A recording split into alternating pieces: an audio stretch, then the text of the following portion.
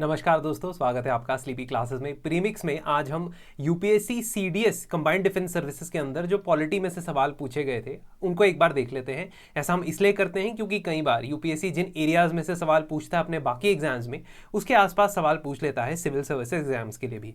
और अगर आप मेन्स प्लस प्रीलिम्स की होलिस्टिक तैयारी करना चाहते हैं और गवर्नेंस के अलग अलग टॉपिक्स को अलग अलग जगहों से छांट के उनके नोट्स बना के फिर उनको प्रिपेयर करने की सरदर्दी से बचना चाहते हैं, तो general studies polity and governance including governance सारा का सारा आपको कंटेंट प्रीलिम्स और मेंस पर्सपेक्टिव से मिलेगा in my polity governance course. तो इस कोर्स को अवेल कर सकते हैं और नवरात्रि के शुभ अवसर पर आपको 20% डिस्काउंट भी मिलेगा, जिसका कोड मैं at the end of the video discuss करूंगा, बताऊंगा, रिवील करूंगा। तो सबसे पहला जो सवाल है, सवाल को पॉज कीजिए, यानी स्क्रीन को पॉज कीजिए। Try to answer this particular question and what do you think is the correct option. So question कहता है which one of the following features is correct about first past the post system of election, यानी FPTP format में क्या इनमें से सही है। तो अगर पहली स्टेटमेंट देखेंगे तो पहली स्टेटमेंट सही है, ठीक है, तो बच गए, बाकी स्टेटमेंट नहीं देखते। लेकिन पेपर में एक अच्छी प्रैक्टिस है, गुड प्रैक्टिस ये होती है कि you should go through all the 4 options. तो पहली स्टेटमेंट कहती है candidate who wins may not get the majority of the votes. What does this mean? This means कि first past the post system में अगर total number of valid voters 100 हैं और candidates 3 हैं, A, B और C, और A को 45 votes मिले हैं, B को 25 वोट्स मिले हैं एंड C को 30 वोट्स मिले हैं, तो जीतने वाला विजेता कौन होगा, विनर कौन होगा? विनर होगा A, ठीक है। तो बेसिकली अगर हम बात करते हैं A के वोट्स की आउट ऑफ 100, तो वो 45 है। He's not got the majority और she's not got the majority but still won। तो इसका मतलब मेजॉरिटी के बिना जीत सकते हो, इसको first past the post system कहते हैं। हमारे लोकसभा के अंदर यही प्रोसेस या यही प्रिंसिपल अप्लाई होता है, विधानसभा के अंदर भी यही प्रिंसिपल अप्लाई होता है। राज्यसभा के अंदर क्या प्रिंसिपल अप्लाई होता है, कमेंट सेक्शन में मुझे जरूर बताना। अच्छा, मोर देन 1 रिप्रेजेंटेटिव में बी इलेक्टेड फ्रॉम 1 कंस्टिट्यूएंसी, इसका कोई मतलब ही नहीं है। एक कंस्टिट्यूएंसी में से एक ही पर्सन इलेक्ट होके आता है। This is wrong. Voters vote for the party not the candidate. अब ये सही भी हो सकता है, गलत भी, मतलब ये सब्जेक्टिव है, मर्जी है कि पार्टी के लिए वोट करे या कैंडिडेट के लिए। लेकिन अगर हम लिस्ट देखते हैं ना, लिस्ट ऑफ कैंडिडेट्स, तो ऑब्जेक्टिवली टेक्निकली देखा जाए तो लिस्ट ऑफ कैंडिडेट पे ही आपने बटन दबाना होता है ना, तो इसलिए सिर्फ पार्टी के लिए वोट नहीं किया जाता, आपको कैंडिडेट पहले से पता होता है। एंड आखिर में every party get seat in the legislature in proportion to the percentage of vote. नहीं, इस प्रिंसिपल को या इस तरीके ऑफ वोटिंग को प्रोपोर्शनल रिप्रेजेंटेशन कहते हैं, जहां पे लोग पार्टी के लिए वोट देते हैं और फिर पार्टी को जितने वोट्स मिलते हैं उन्हीं के प्रोपोर्शन में उसे सीट्स मिल जाती हैं। In case of FPTP, vote share is not equal to seat share, but in case of proportional representation, vote share will be equal to seat share। Seat मतलब कि जितनी सीटें उनकी विधानसभा या लोकसभा में आती हैं। तो सही आंसर है A। And this is explained also, आप टेलीग्राम ग्रुप पे PDF डाउनलोड करके पढ़ भी सकते हो। अब ये बड़ा ही इंटरेस्टिंग सवाल यहाँ पे पूछा गया है। आपने आर्टिकल 371 के बारे में जरूर पढ़ा होगा। ये स्पेशल प्रोविजंस है कुछ स्टेट्स के लिए, इंडिया के कुछ स्टेट्स को स्पेशल प्रावधान या स्पेशल प्रोविजंस दिए गए हैं और ये 371 के अंदर मेंशन्ड है। ये पूछा गया था आपसे कि how to match the following पूछा गया था कि कौन से वाला कौन से स्टेट को मैच करता है। तो देखिए, पहला जो आर्टिकल है, article 371, only 371, this was for Gujarat. Second जो आर्टिकल है, article 371A, this is for Nagaland. Third जो आर्टिकल है 371B, वो डायरेक्ट उसके सामने ही है, आसाम, सही है। और 371I है गोवा के सामने। तो आपसे पूछा गया तो आंसर होगा C, करेक्ट आंसर है C। तो इसका मतलब है कि आपको as far as UPSC is concern वो एक्सपेक्ट कर रहा है कि आपको 371 के अंदर जो कॉरेस्पॉन्डिंगली आर्टिकल्स हैं उनके स्टेट मालूम होने चाहिए। ये मैं अपने कोर्सेज में बार बार स्टूडेंट्स को बताता भी हूं कि 371 में से स्पेसिफिकली ये अगर एक बार सवाल आ गया पेपर में, मान लो प्रीलिम्स में पूछ लिया मैच द फॉलोइंग, उसके बाद जब नेक्स्ट बार ये सवाल आएगा तो ये सेम नहीं आएगा, फिर वो अंदर जाएंगे उसके 371A में क्या लिखा है, 371B में क्या लिखा है, they may ask this as well. ऐसा ही कुछ 6 शेड्यूल के साथ भी हुआ, 5th शेड्यूल के साथ भी हुआ, पंचायत के 73rd 74th अमेंडमेंट के साथ भी हुआ। तो इसी पैटर्न को समझना और इसको ग्रास्प करना ये आपकी तैयारी का एक पार्ट होना चाहिए। इफ यू वांट कि मैं आर्टिकल 371 को डिटेल में डिस्कस करता हुआ एक वीडियो बनाऊं तो मैं फ्यू मिनट सीरीज में बना सकता हूं, लेकिन उसके लिए मुझे 371 कमेंट्स में चाहिए। मतलब आई वोंट बी दैट कि मैं 371 कमेंट चाहता हूं। I want you to comment this number in the comment section 371। तो 371A में नागालैंड के बारे में प्रावधान है, 371B में असम के बारे में, 371C में Manipur, 371D and E are related to Andhra Pradesh and Telangana, 371F is related to Sikkim, 371G is related to Mizoram, 371H is related to Arunachal, 371I is related to Goa जो कि फोर्थ ऑप्शन था, 371J कर्नाटका। तो ये हमारे 371 के अंदर स्टेट्स हैं। अगर आप चाहते हैं इनकी डिटेल मैं आपको दूं, कमेंट में 371 लिखिए। नेक्स्ट क्वेश्चन पे चलते हैं। Which of the following statements as per the constitution of India is correct? इसे पॉज कीजिए, ध्यान से पढ़िए और करेक्ट स्टेटमेंट बताइए। चलिए पहली स्टेटमेंट पढ़ते हैं। Provision for the reservation of seats for women in the Lok Sabha and Rajya Sabha has been made vide the 106th amendment of the constitution. No sorry, wrong number, क्योंकि लोकसभा के साथ साथ सिर्फ ये विधानसभाओं के अंदर इंट्रोड्यूस किया गया है। यानी उन जगहों पे जहां पे डायरेक्ट इलेक्शन होते हैं सिर्फ वहीं पे 1/3 रिजर्वेशन विमेन के लिए इंट्रोड्यूस की गई थी बाय 106th अमेंडमेंट ऑफ 2023। सो ये स्टेटमेंट हो जाती है बिल्कुल गलत। Second statement, there are provisions for the reservation of seats for women in the legislative assemblies and legislative councils of the state. Once again यहां पे हो गई गड़बड़, क्योंकि लेजिस्लेटिव काउंसिल जहां पे इनडायरेक्ट चुनाव होते हैं जनरली, वहां पे विमेन के लिए सीट्स रिजर्व नहीं की गई हैं। That means this is also incorrect. तीसरी statement, there are provisions for reservation of seats for women in panchayat. Yes, as per the 73rd and 74th amendments the Panchayati Raj seats have to be 1/3 seats have to be reserved at all levels of panchayat for women. तो ये तीसरी statement सही है। इसका मतलब correct statement D is the answer. पहली दोनों statement गलत है, ध्यान से पढ़ना था इस क्वेश्चन को। चलिए नेक्स्ट क्वेश्चन है, which one among the following pairs of subjects and lists under the 7th schedule is not correctly matched? Pause the screen, try to answer. Now this is a very factual question. अब आप कहोगे कि sir इसको prepare करना है, रट के जाना है, याद करना है? नहीं। जब आप पढ़ाई करते हो ना during the course of your general studies, B it economy, B it environment, B it polity, आप बहुत सारे सब्जेक्ट और वो कौन सी लिस्ट में है इसके बारे में पढ़ते हो। करंट अफेयर पढ़ोगे, बहुत सारे सब्जेक्ट और कौन सी लिस्ट में वो आते हैं इसके बारे में पढ़ते हो। आप बस उनकी एक कंपाइलेशन बना सकते हो, ठीक है, ताकि आपको रेलेवेंट चीजें याद रहें। आप सारी आइटम्स कभी भी याद नहीं कर पाओगे और उसका पर्पस ही नहीं है।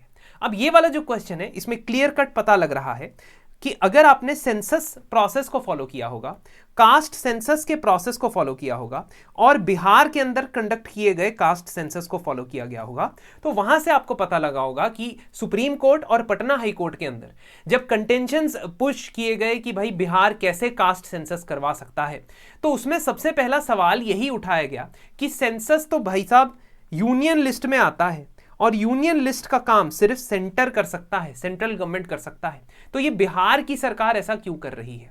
So if you had only gone through the current affairs, उससे भी आपका ये आंसर निकल आता।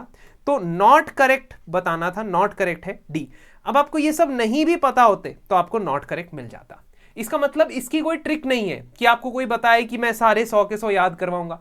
It's an absolute waste of time अगर वो करवा भी रहा है तो सेंसस कंकरेंट लिस्ट के अंदर नहीं आता है, सेंसस यूनियन लिस्ट के अंदर आता है। फॉरेस्ट लिस्ट 3 में आता है, कंकरेंट लिस्ट में आता है, और ओरिजिनली संविधान में ये कंकरेंट लिस्ट में नहीं आता था, it used to come in the state list. But 42nd constitutional amendment act के बाद फॉरेस्ट और वाइल्ड लाइफ को कंकरेंट लिस्ट के अंदर डाला गया। देन लैंड और बिल्डिंग के ऊपर जो टैक्सेस होता है, आप देखते होंगे ज्यादातर म्यूनिसिपैलिटी ये कलेक्ट करता है और म्यूनिसिपैलिटी अल्टीमेटली स्टेट लिस्ट में होता है, तो यहां पे भी state list.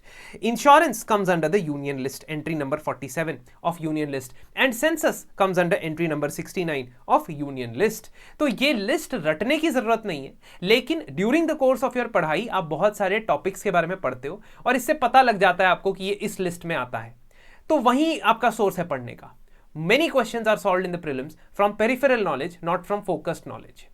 Now, next question is, preamble के बारे में आपको बताना है कि इनमें से क्या करेक्ट है। अब देखो, ये तो preamble को रटना आपसे एक्सपेक्ट कर रहा है और preamble को रटना आपके लिए सही भी है, क्योंकि अगर आप मेंस लिखते हो, मेंस के अंदर there have been questions asked कि preamble में जो रिपब्लिक के साथ जुड़े हुए एडजेक्टिव्स हैं, please explain them. This was a question asked in mains. तो इसीलिए आपको प्रियम्बल रटा होना चाहिए।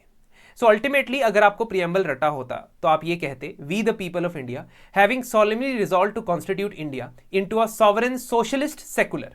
तो पहली स्टेटमेंट जहां पे सेकुलर सोशलिस्ट से पहले आता है ये गलत है, ठीक है, डेमोक्रेटिक रिपब्लिक। फिर उसके बाद आपको पता चलता कि भाई जस्टिस लिबर्टी इक्वालिटी फ्रेटर्निटी, ये सीक्वेंस है, जस्टिस लिबर्टी इक्वालिटी फ्रेटर्निटी। तो justice comes before equality, yes, ठीक है, fraternity comes after liberty, yes, ये दोनों सही टॉपिक पॉइंट्स हैं, इसलिए the answer is 2 and 3 only. तो ये आपसे प्रियम्बल पूछ रहा है, प्रियम्बल ये आपके सामने है, आप खुद इसे वेरीफाई कर सकते हैं। Next question, which of the following statements about motions in the parliament of India is correct. और ये दो टाइप के मोशन बेसिकली यहां पे पूछे गए, सेंसर मोशन और no confidence motion. Pause the screen, try to answer. तो यहां पे पहली स्टेटमेंट देखो और करेक्ट बताना है, motion of no confidence can be admissible against an individual minister. जी नहीं, रूल नंबर 198 से लेकर 202 के बीच में आपको लोकसभा के रूल्स में मोशन ऑफ नो कॉन्फिडेंस के बारे में लिस्ट पता लग जाएगी या टॉपिक दिख जाएगा। इस नो कॉन्फिडेंस मोशन का पर्पस ये होता है कि आपने सरकार में, गवर्नमेंट में और एंटायर काउंसिल ऑफ मिनिस्टर में ट्रस्ट नहीं है ऐसा दिखाना है। और ट्रस्ट किसका नहीं है? लोकसभा का, ठीक है। सो दैट मींस एक इंडिविजुअल मिनिस्टर नहीं बल्कि पूरे काउंसिल ऑफ मिनिस्टर्स के अगेंस्ट ये मूव किया जाता है। First statement is incorrect. Second statement, एक no confidence motion must set out the grounds on which it is based, मतलब किस आधार पे नो कॉन्फिडेंस मोशन आ रहा है वो बताना पड़ता है। नहीं, कोई जरूरत नहीं है, there is no need to say why we are moving this. हाँ, सेंसर मोशन के लिए ऐसा करना पड़ता है, सेंसर मोशन के लिए ऐसा करना पड़ता है, तो उससे आपको थोड़ा बहुत तो आइडिया लग गया होगा कि कौन सी स्टेटमेंट इनकरेक्ट है, ठीक है। Rajya Sabha is not empowered to entertain a motion of no confidence, this is correct. सिर्फ और सिर्फ लोकसभा के अंदर नो कॉन्फिडेंस मोशन मूव किया जा सकता है। सी इज करेक्ट, और हमने करेक्ट स्टेटमेंट ही ढूंढनी थी, we had to find out the correct statement. As far as censure motion is concerned, ये शब्द आपको लोकसभा के रूल्स में नहीं दिखेगा, ना ही आपको ये कॉन्स्टिट्यूशन के अंदर दिखेगा, बट एक तरीके से ये पार्लियामेंट्री कन्वेंशन है, यानी प्रथा है, जिसके तहत आप एक इंडिविजुअल मिनिस्टर को भी सेंसर कर सकते हो। सेंसर करने का मतलब है that you want to say that whatever you are done you don't agree with that, है ना, और आप क्वेश्चन रेज करना चाहते हो उनकी फंक्शनिंग पे। सेंसर मोशन वाला जो स्टेटमेंट है वो भी गलत है, क्योंकि उसके लिए स्पेसिफिक ग्राउंड देना जरूरी है। लास्टली आपका जो क्वेश्चन है, ये question I won't even discuss because this is goes beyond, है ना, कि ये अगर किसी का गलत हो रहा है, मान लो ये क्वेश्चन अगर किसी का गलत हो रहा है, तो really need to rediscover whether you have covered polity और नॉट, ठीक है। क्वेश्चन है part 4A deals with which one of the following areas. A है 4A है, मतलब अमेंडेड होगा, अमेंडमेंट करके लाया गया होगा, तो वो है fundamental duties. Just after part 4 that is DPSP, part 4A है जिसमें फंडामेंटल ड्यूटीज के बारे में लिखा है। So B is the correct answer. Second last question है, which among the following is not a language listed in the 8th schedule of the constitution of India. तो अब आपको इसमें भी मैं अगर कहूं कि 22 की 22 लैंग्वेज याद होनी चाहिए, वेरी डिफिकल्ट, बट आपको एटलीस्ट अमेंडमेंट्स याद होते हैं। और अगर आपको अमेंडमेंट्स याद होते हैं 21st अमेंडमेंट, 71st अमेंडमेंट और 92nd अमेंडमेंट, तो आपको अमेंडमेंट से ही पता चल जाएगा कि Manipuri, Nepali, Dogri, these were all added via amendments, ठीक है, these were all added via amendments. तो जो आपका मणिपुरी ये लैंग्वेज ऐड हुई है, ये 71st अमेंडमेंट ऑफ 1992 से ऐड हुई है। नेपाली भी 71st अमेंडमेंट ऑफ 1992 से ऐड हुई है। एंड डोगरी जो भाषा है वो 92nd अमेंडमेंट ऑफ 2003 से ऐड हुई है, ठीक है। तो गोंडी जो भाषा है, जो ट्राइबल बेल्ट्स में बोली जाती है इंडिया में, सेंट्रल इंडिया के ट्राइब्स के अंदर, that is not included in the 8th schedule. तो आंसर इज बी।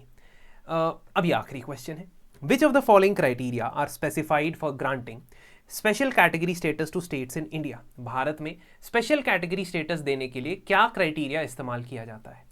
तो इनमें से बताना है आपने। देखिए, वैसे तो special category state जैसा कुछ कॉन्स्टिट्यूशन में नहीं है, किसी लॉ के अंदर नहीं है, लेकिन जब सेंटर स्टेट रिलेशंस को आप पढ़ते हैं, उसमें फाइनेंस कमीशन को पढ़ते हैं, तो आप 5th फाइनेंस कमीशन के बाद देखते हो कि कुछ स्टेट्स को स्पेशल कैटेगरी स्टेटस का खिताब मिलता है। The first 3 states that got this status were J&K, Nagaland and Assam, and later on it was added और गिवन टू अदर स्टेट्स। तो क्या क्राइटेरिया आपने बताना है? Hilly and difficult terrain, the answer is yes. Economic and infrastructure backwardness, yes. Strategic coastal zone, नहीं जी, coastal zone जैसा कोई क्राइटेरिया नहीं है, नहीं तो तमिलनाडु, केरल, कर्नाटक, ये सब स्पेशल कैटेगरी स्टेट्स में होते। Sizeable share of tribal population, yes, this is also a criteria. So the answer is C 1, 2 and 4। ये क्राइटेरिया हमें कहां से मिलता है? This criteria was given by planning commission Gadgil Mukherjee committee. तो उन्होंने एक फॉर्मूला बनाया था, उस फॉर्मूले के तहत हिली टेरेन, लो पॉपुलेशन डेंसिटी वाले एरियाज या जहां पे sizeable share of tribal population रहता है, बॉर्डर एरियाज, स्ट्रेटेजिक लोकेशन जो है, इकोनॉमिक और इंफ्रास्ट्रक्चर बैकवर्डनेस, और स्टेट फाइनेंसेस जिस स्टेट के बहुत नॉन वायबल है, तो बेसिकली इनमें से एक क्राइटेरिया या मल्टीपल क्राइटेरिया फुलफिल करने वाले स्टेट्स हैं। नॉर्थ ईस्ट के सभी स्टेट्स और 3 मेजर जो हिमालयन स्टेट्स थे। Earlier J&K used to be state, अब तो वो यूटी हो चुका है। तो ये जो क्राइटेरिया है, ये 5th फाइनेंस कमीशन के बाद श्री महावीर त्यागी के अंडर जो फाइनेंस कमीशन था उसके बाद अप्लाई किया जाता था। Now the government of India's official stand is that as far as the implementation of centrally sponsored scheme is concerned, वहां पे ये क्राइटेरिया अप्लाई होता है, लेकिन उसके अलावा कहीं पे भी अब ये क्राइटेरिया अप्लाई नहीं होता है। गवर्नमेंट ऑफ इंडिया का ये ऑफिशियल स्टांस है। पिछले कुछ महीनों में या कुछ सालों में we have seen that several states have demanded special category status. For example, in 2013 Odisha demanded it, in 2024 Andhra Pradesh and Bihar raised certain claims that we should be given special category status. अब आते हैं हमारे फाइनल डिस्काउंट कूपन पे। 20% आपको of मिलेगा सभी courses पे, sleepy classes के। नवरात्रि कोड आप इस्तेमाल कर सकते हैं। और अगर आप पॉलिटी एंड गवर्नेंस, ध्यान रखिएगा, गवर्नेंस के लिए जो अलग अलग जगह पे जाना पड़ता है वो नहीं जाना पड़ेगा, उसको आप होलिस्टिकली कवर करना चाहते हैं तो हमारे पॉलिटी गवर्नेंस के इंडिविजुअल कोर्स के अंदर आप जरूर एनरोल करिएगा, जिसमें वीडियोज भी होंगी, करंट अफेयर्स भी होंगे मंथली, और टेस्टिंग भी आपकी की जाएगी। Thank you and have a very nice week ahead.